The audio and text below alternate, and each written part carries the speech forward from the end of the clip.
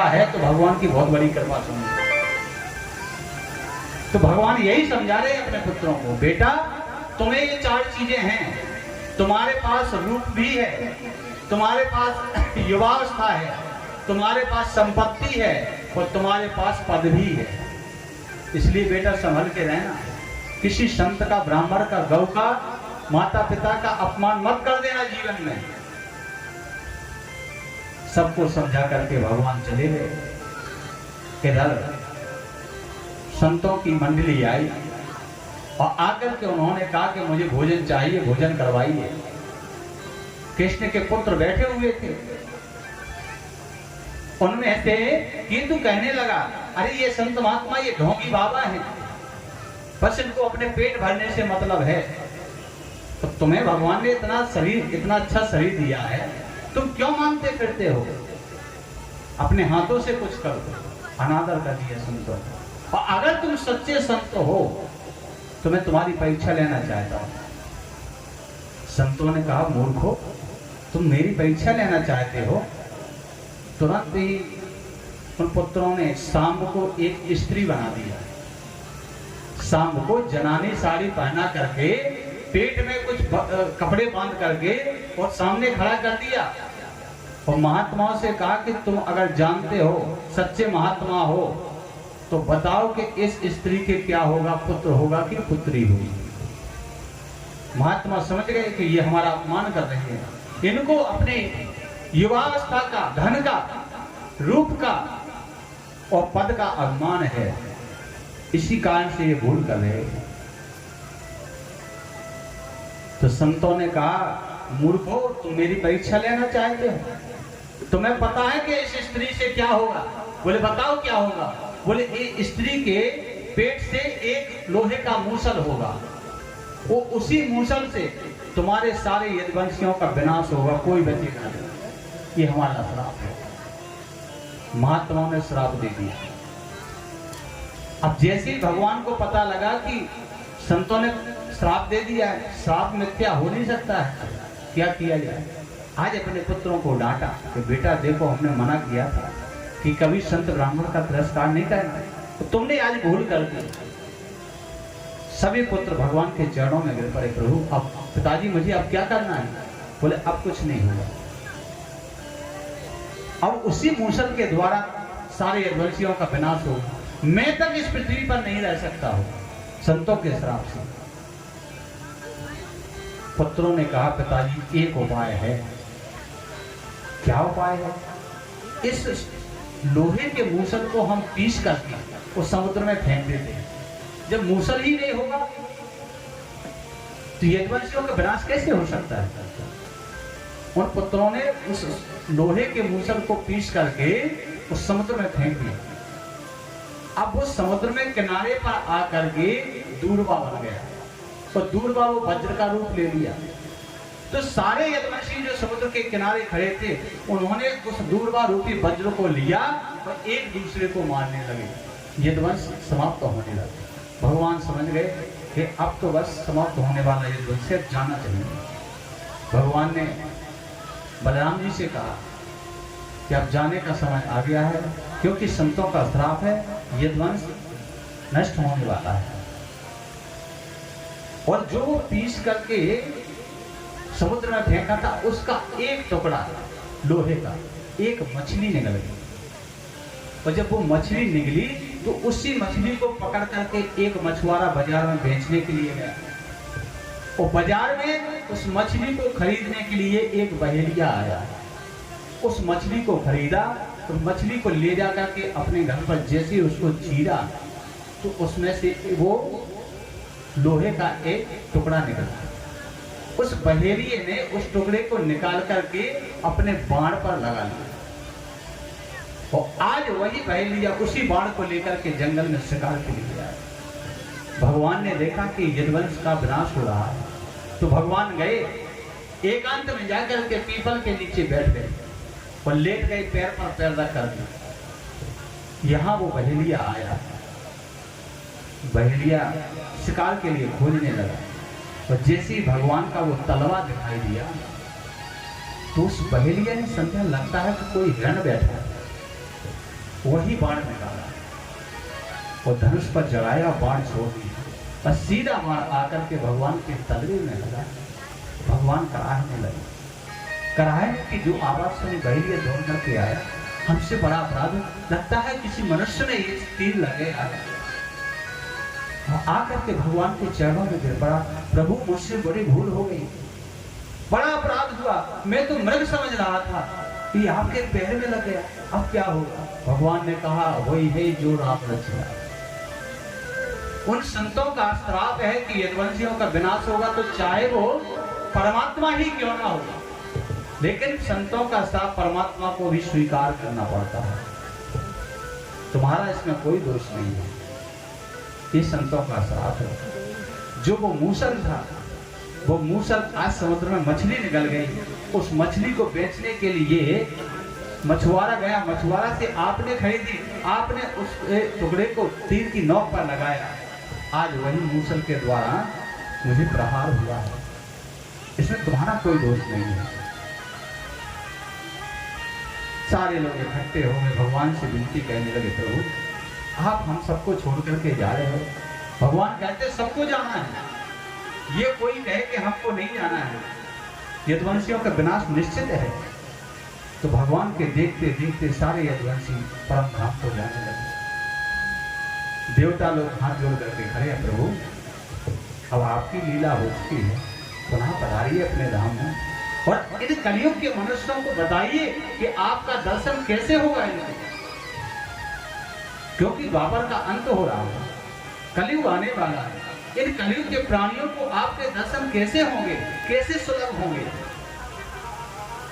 भगवान ने कहा, चिंता मत करो, हमारा जो तेज पुंज है इस शरीर से निकल करके वो भागवत में समाहित हो जाएगा। वो कलयुग का जो भी प्राणी भागवत का दर्शन करेगा, भागवत की कथा को सुनेगा, उसको हमारे दर्शन करने का फल प्राप्त होगा। बोलिए श्रीमद् भागवत महापुराण की जय। आज भगवान का उस तेज पुंज वो शरीर से निकल करके वो भागवत में समाहित हो गया और भगवान परम धाम को चले। श्री सुखदेव कहते हैं, राजन जब महाराज यदु ने दत्तात्रेय जी महाराज को देखा कि ना तो ये बूढ़े होते हैं ना ये जवान रहते हैं, हमेशा अवस्था एक सी रहती है, कारण क्या है पूछना चाहिए। महाराज यदु पूछ रहे हैं दत्तात्रेय जी महाराज से, महाराज सब चले गए लेकिन आप आकाश में इस स्पष्ट होकर के आप बैठे हो, क्या कारण है आपका? दत्तात्रेय जी महाराज कहने लगे कि हमने 24 गुरु बनाए। महाराज गुरु तो एक होता है, आपने 24 गुरु बनाए। दत्तात्रेय जी महाराज कहते हैं कि यदु गुरु तो दीक्षा गुरु तो एक होता है, लेकिन हमें जिससे जो शिक्षा मिल जाए, जिससे हमारा जीवन बदल जाए, वही गुरु होता है। हम पृथ्वी को भी गुरु बना सकते हैं, हम वायु को भी गुरु बना सकते हैं, हम अग्नि को गुरु बना सकते हैं। इनसे शिक्षा लो, जिससे हमें शिक्षा मिल जाए, हमारा जीवन संभल जाए, वही गुरु होता है। महाराज यदु कहने लगे, तो प्रभु आप विस्तार से बताइए कि आपने कितने गुरु बनाए थे? दत्तात्रेय जी महाराज कहते हैं कि हमने 24 गुरु बनाए। पहला गुरु हमने पृथ्वी को बनाया। महाराज पृथ्वी से आपने क्या शिक्षा ली? पृथ्वी से हमने शिक्षा ली कि पृथ्वी पर चाहे जितने भी गड्ढे खोदो, चाहे कुआं बनाओ, चाहे तालाब बनाओ, लेकिन आज तक पृथ्वी ने किसी से शिकायत नहीं की कि तुम हमारे ऊपर ये गड्ढे क्यों खोद रहे हो? पृथ्वी की तरह गंभीर बनो, शीलवान बनो। व्यक्ति को जीवन में गंभीरता लानी चाहिए। दूसरा मैंने गुरु वायु को बनाया। वायु चलती है, जब उसका स्पर्श होता है तब हमको पता लगता है कि वायु चल रही है। वायु का कोई स्वरूप नहीं होता, वायु को किसी ने देखा नहीं है। उसी प्रकार से संत का स्वभाव ऐसे होना चाहिए कि वो अपनी पहचान बनाने के लिए संत ना बने, बल्कि प्रभु को पहचानता दिलाने के लिए संत बने। प्रभु को भक्त पहचान जाए, ऐसा प्रयास उस संत का होना चाहिए। अपनी पहचान न बनाए, अपना स्वरूप नहीं दिखाए, ये हमने शिक्षा वायु से। तीसरा मैंने गुरु आकाश को बनाया। आकाश में आपने देखा होगा बादल भी आते हैं, अंधेरी रात आती है, उजली रात आती है, लेकिन आजकल आकाश बदला है। आकाश का कोई बदलाव नहीं होता, आकाश तो एक ही है। इसी प्रकार से व्यक्ति का जीवन होना चाहिए कि वो सिर्फ इस शरीर को ही अपना न समझे, क्योंकि आत्मा में कोई बदलाव नहीं होता। बदलाव होता है अगर तो वो शरीर का होता है। ये ज्ञान मैंने आकाश से दिया। फिर मैंने गुरु बनाया जल को। जल का काम क्या है? स्वयं शीतल रहता, दूसरों को शीतलता देता है। व्यक्ति का जीवन ऐसा होना चाहिए, वाणी ऐसी होना चाहिए कि हम स्वयं खुश रहें और वाणी ऐसी बोले कि ताकि दूसरा व्यक्ति भी खुश रहे। मीठी वाणी होना चाहिए। फिर मैंने गुरु बनाया अग्नि को। तो अग्नि से हमने शिक्षा ली कि अग्नि में चाहे आप कुछ डाल दो, सब जल के राख हो जाएगा।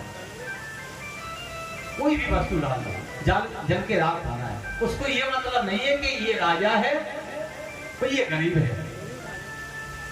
अग्नि भेदभाव नहीं करती। इसी प्रकार से संत को भेदभाव नहीं करना चाहिए कि ये बड़ा आदमी है, ये छोटा आदमी है, तो बड़े आदमी को आशीर्वाद दूसरे प्रकार करते हैं तो छोटे को दूसरे प्रकार करते हैं। उसकी कृपा हमेशा दोनों पर एक होना चाहिए। ये संत का स्वभाव होना चाहिए। फिर मैंने गुरु बनाया चंद्रमा को।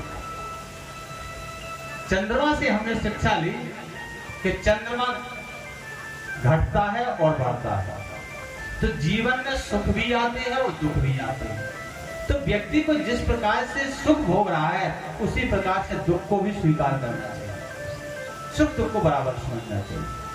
फिर मैंने गुरु बनाया सूर्य को। जब सूर्य निकलता है तो वो ऐसा नहीं कि एक गांव में उसकी छाया रोशनी जाए, एक गांव में ना जाए, पूरे संसार को प्रकाशित करता है। उसी प्रकार से संत महात्माओं का ज्ञान होना चाहिए कि चाहे वो मूर्ख हो, चाहे वो ज्ञानी हो, चाहे वो कुटिलता भरा हो, चाहे वो कपटतापूर्ण व्यवहार कर रहा हो, सबके ऊपर बराबर ज्ञान देना चाहिए। फिर मैंने गुरु बनाया कबूतर को। जैसी कबूतर की दशा होती है वैसी व्यक्ति की दशा होती है। कबूतर पालने वाला कबूतर को पालता है, और कब तक पालता है? जब तक वो उसके खाने के योग्य नहीं हो जाता है। जैसे पालते पालते बड़ा हुआ, कबूतर क्या समझता है कि हमको बहुत प्रेम करता है। देखो हमारे भोजन पानी का कितना ध्यान रखता है, समय से जल रखता है, समय से भोजन रखता है। लेकिन व्यक्ति उसको स्वार्थ के बस रख रहा है। स्वार्थ है उसका, ये बड़ा होगा हम इसका भक्षण करेंगे। तो व्यक्ति इतना अज्ञानी है कि जिस संसार में वो रह रहा है वो ये नहीं समझ रहा है कि ये लोग हमें प्रेम जो करते हैं तो स्वार्थ से प्रेम करते हैं। तो निस्वार्थ बनिए, किसी से कोई आशा मत रखिए। हमने शिक्षा ली कबूतर से। फिर मैंने 9वां गुरु बनाया अजगर को। आपने अजगर देखा है? अजगर ज्यादा भागता नहीं है क्योंकि उसमें आलस रहता है, और कभी भी व्यक्ति के जीवन में आलस नहीं होना चाहिए। आलस जीवन को बर्बाद कर देता है। मान लीजिए आपके घर में आग लग गई और आप इतने आलसी हो कि जब कोई आए, जब कोई हमसे कहे कि भैया चलो हाथ पकड़ के ले जाओ, रास्ता हम जाएंगे, तो अगर आप आलसी बन गए तो जल के राख हो जाओगे। इसलिए व्यक्ति को जीवन में आलस नहीं लाना चाहिए। फिर मैंने गुरु बनाया समुद्र को। तो व्यक्ति जो ज्ञानवान व्यक्ति है, ज्ञानी व्यक्ति होता है समुद्र की तरह। अगर उससे कोई ज्ञान लेने के लिए आए तो विनम्रता पूर्वक उसको ज्ञान देना चाहिए, ज्ञान का अभिमान नहीं करना चाहिए। क्योंकि समुद्र में से अगर 2-4 लोटा जल निकालो तो समुद्र को क्या फर्क पड़ता है, और जितना जल निकालोगे उतना ही बढ़ेगा। इसलिए ज्ञानी पुरुष को कभी ज्ञान का अभिमान नहीं आना चाहिए, और जो अल्प ज्ञानी है उनको ज्ञान देना चाहिए। फिर मैंने गुरु बनाया पतंगा को। पतंगा एक कीट होता है। जैसे आप उनको जला करके रख दो, दीपक रख दो, तो दीपक के आगे पीछे घूमेगा, आगे पीछे घूमता रहेगा, उसी में जल जाएगा। व्यक्ति का जीवन ये माया लौ है, अग्नि की लौ माया है, और उस माया के आगे पीछे व्यक्ति घूमता है, वो अंत में उसी माया के चक्कर में मर जाता है। तो वो ये नहीं सोचता है कि जिसको मैं घेर रहा हूं, जिसका मैं पीछा कर रहा हूं, यही इसी में मुझे मानना है। तो ये अज्ञानी व्यक्ति का काम है। तो ज्ञानी व्यक्ति है कि उस लौ को समझे, उस माया को समझे, माया से परे रहे और भगवान का भजन करे। फिर मैंने गुरु बनाया भौरा को। भौरा का काम क्या है? इस फूल पर बैठना, उस फूल पर बैठना, इस फूल पर बैठना। लेकिन आपने देखा होगा जैसे ही शाम ढलती है तो कमल का फूल बंद हो जाता है, लेकिन भौरे को पता नहीं कि इसको बंद होना है। वो जैसे फूलों का रस लेते आता है और कमल के फूल में बैठता है, और शाम को वो सोचता है कि इसको बंद नहीं होना है, तो शाम को वो बंद हो जाता है, कैद हो जाता है। तो हम जब गर्भ में आते हैं तो भगवान से कहते हैं प्रभु मुझे बाहर निकालो, हम तुम्हारा भजन करेंगे। तो जब वो आता है तो ये कमल रूपी जीवन में आकर के वो बन जाता है, बंद हो जाता है, भगवान को भूल जाता है। उसी प्रकार से व्यक्ति को ध्यान रखना चाहिए कि प्रभु ने हमें शरीर दिया है, पैर दिए हैं भगवान के मंदिर जाने के लिए, हाथ दिए हैं भगवान को जल चढ़ाने के लिए, हाथ दिए भगवान की प्रार्थना करने के लिए, जिह्वा दिए भगवान का गुणगान करने के लिए, आंख दी है दर्शन करने के लिए, और कान दिए भगवान की कथा सुनने के लिए। लेकिन व्यक्ति भूल जाता है। फिर मैंने 13वां गुरु बनाया मधुमक्खी को। अब मधुमक्खी का तो आप लोग स्वभाव जानते हैं कि वो शहद जोड़ती है, केवल शहद इकट्ठा करती है, और कोई आता है तो उसको तोड़ ले जाता है। तो हम जिंदगी भर दौलत जोड़ते रहते हैं, और क्या कोई व्यक्ति ऐसा है कि वो 2-4 लाख रुपए साथ में ले गया हो? सब यहीं पड़ा रह जाता है। हर व्यक्ति 30% अपनी कमाई यूज करता है जिंदगी में, और 70% यहीं छोड़ जाता है। 70% यही छोड़ के जाता है, 30% यूज कर पाता है। तो हम मधुमक्खी की तरह जोड़ते रहते हैं, ना कुछ धर्म करते हैं। क्या होता है धर्म से? ऐसा विचार करते हैं हम लोग। फिर मैंने हिरण को गुरु बनाया। हम घूम रहे हैं, मथुरा जा रहे हैं, काशी जा रहे हैं, हरिद्वार जा रहे हैं, चारों धाम घूम रहे हैं। जाना चाहिए क्योंकि शरीर पवित्र होता है, लेकिन ये मत भूल जाओ कि भगवान चारों धाम में मिलेंगे। ये बात मत लाओ। आप मन में ये मत रखिए कि भगवान हमारे घर में नहीं है। भगवान हर जगह है, हरि व्यापक सर्वत्र समाना। तो हिरण के नाभि में क्या होता है? हिरण के सुगंध किसकी आती है? कस्तूरी की। लेकिन हिरण के नाभि में कस्तूरी है, सुगंध आती है तो वो जंगल में दौड़ती है। तो सुगंधी कहां से आ रही है? सुगंधी को खोजती फिरती है, लेकिन सुगंधी उसके नाभि में है। इसी प्रकार से हम परमात्मा को संसार में भटकते हैं, खोजते हैं, हमें भगवान मिल जाए, हमें भगवान मिल जाए। एक सज्जन ने हमसे प्रश्न किया था कि महाराज हमें भगवान कब तक मिलेंगे? हमने कहा भगवान को खोजने की आवश्यकता नहीं है, भगवान कहीं बाहर नहीं है। अगर भगवान तुम्हारे शरीर से 1 मिनट क्या, 1 पल के लिए भी निकल जाएंगे तो तुम्हारा शरीर जिंदा नहीं रहेगा। भगवान तुम्हारे हृदय में है, हृदय में खोजो। अंतर इतना है कि कोई भगवान को हृदय में खोज लेता है, और कोई दुनिया भर में भटकता फिरता है, लेकिन जिंदगी निकल जाती है, भगवान नहीं मिलता। तो हिरण की तरह होना चाहिए कि जब तुम्हारी हृदय में भगवान है तो क्यों इधर उधर भटक रहे हो? शरीर पवित्र करने के लिए तीर्थ करो, आंखें पवित्र करने के लिए दर्शन करो, कान पवित्र करने के लिए कथा सुनो। ये सब शरीर शुद्धि के लिए है।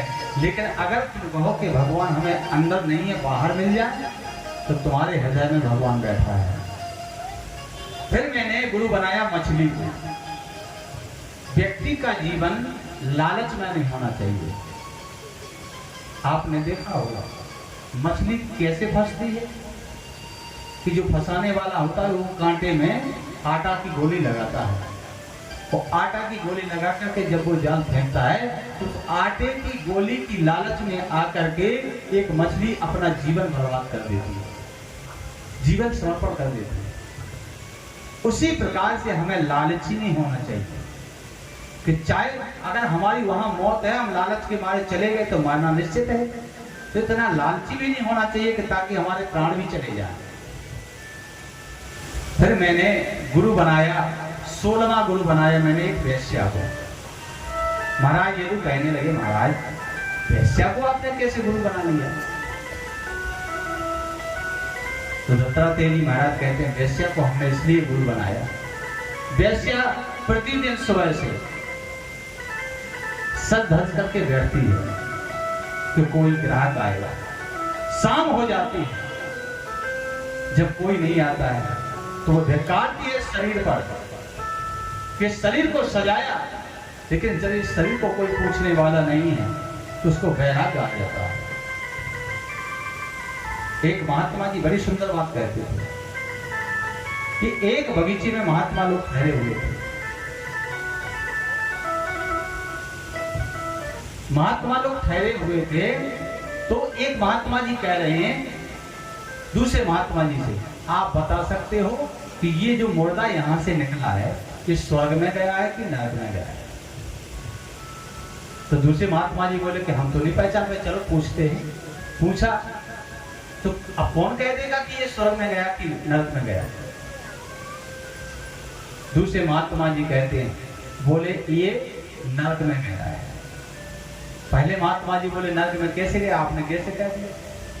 बोले आपने देखा होगा कि अर्थी आगे चली जा रही थी, पीछे लोग इसकी बुराई कर रहे थे। जिसकी यहां निंदा होती है उसको नरक मिलता है। और जैसे दूसरा मुर्दा निकला, अब महात्मा जी बोले इसको बताओ ये स्वर्ग गया कि नरक गया है? तो दूसरे महात्मा जी बोले हम क्या बता? बोले ये स्वर्ग गया है। बोले स्वर्ग कैसे गया? बोले इसकी प्रशंसा होती जा रही है। जिसकी प्रशंसा होती है मरते समय वो स्वर्गगामी होता है। तो वैसे आशा लगाती है और फिर वैराग आ जाता है। व्यक्ति को दो जगह वैराग आता है। व्यक्ति को वैराग कितनी जगह आता है? दो जगह। एक उस जगह पर आता है जब किसी की अर्थी निकलती है और दरवाजे से राम राम सत्य है, राम राम सत्य है, तो कुछ समय के लिए हमारे हृदय में भी वैराग्य जागता है कि हम जिस संसार को अपना समझ रहे हैं, जो ये व्यक्ति अर्थी पर बैठ के गया है ये भी तो अपना समझ रहा था, लेकिन आज देखो सब यही छोड़ करके चला गया। और व्यक्ति उसी अर्थी के साथ जब चलता है और शमशान पर पहुंचता है, अर्थी को अग्नि दी जाती है और जब वो मुर्दा जलता है तो जलती हुई उस लौ को लोग देखते हैं तो लोग कहते हैं कि एक दिन मुझे भी जल के रात हो जाए, एक दिन मुझे भी जल के रात हो जाए। वैराग आ जाता है। अगर जिसने मृत्यु को सत्य समझ लिया वही वैराग्य है। वैराग्य का कोई और उदाहरण नहीं है। वैराग्य का मतलब यही है कि हम मृत्यु को सत्य समझें, मृत्यु को समझ जाए। तो जब शमशान पर लौ जलती है चिता से तो हर व्यक्ति यही कहता है एक दिन भैया हमारा तुम्हारा भी यही होना है। यदि मृत्यु को तुम पहचान गए कि मृत्यु ही सत्य है तो एक वैराग्य तो आता है तब। और दूसरा वैराग्य जब एक बेटा जिसको तुमने प्राणों से भी ज्यादा प्यार किया, जिसको हर पल आपने सुख की अनुभूति करने के लिए देखा, सुख में रहना सोचा, एक दिन वही बालक तुम्हें डंडे मार करके जब घर से निकालता है तो वैराग्य आ जाता है कि जिस पुत्र के लिए मैंने अपना जीवन समर्पण कर दिया, जिस पुत्र के लिए मैंने अपना सुख वैभव समर्पित कर दिया, और आज वही पुत्र मुझे डंडे मार करके घर से बाहर निकाल रहा है, तो दूसरा वैराग्य उसी जगह पर कि सब बेकार है। यानी सत्यता को समझो, सत्य है क्या, वही वैराग्य है। ये मैंने शिक्षा वेश्या से। फिर मैंने 17वां गुरु बनाया बालक को। महाराज बालक से क्या शिक्षा दी? बालक हमेशा सत्य बोलता है। बालक से कहो कि भैया बेटा तुम्हारे पापा जी कहाँ गए, तो वो सीधा बता दो, क्योंकि कोई कपट नहीं रहता उसके अंदर। तो भगवान को कौन प्रिय है? निर्मल मन जन सो मन पावा। मन के साफ बनिए, हमें ज्यादा कोशिश करिए सत्य बोलिए। तो जो मैंने आपको 8 जगह बताई थी कि 8 जगह झूठ बोलने में पाप नहीं, उसी जगह बोली। मिथ्या एक तो होता है झूठ और दूसरा होता है मिथ्या झूठ। एक झूठ इसलिए बोला जाता है कि अपने धर्म की रक्षा के लिए 8 जगह झूठ बोल जा, वो झूठ है। लेकिन मिथ्या झूठ तो उसका कोई लेना ही देना नहीं है, किसी से संबंध ही नहीं है, फालतू में झूठ बोल रहे हैं, तो वो है मिथ्या झूठ। व्यक्ति को हमेशा ज्यादा से ज्यादा सत्य बोलना चाहिए।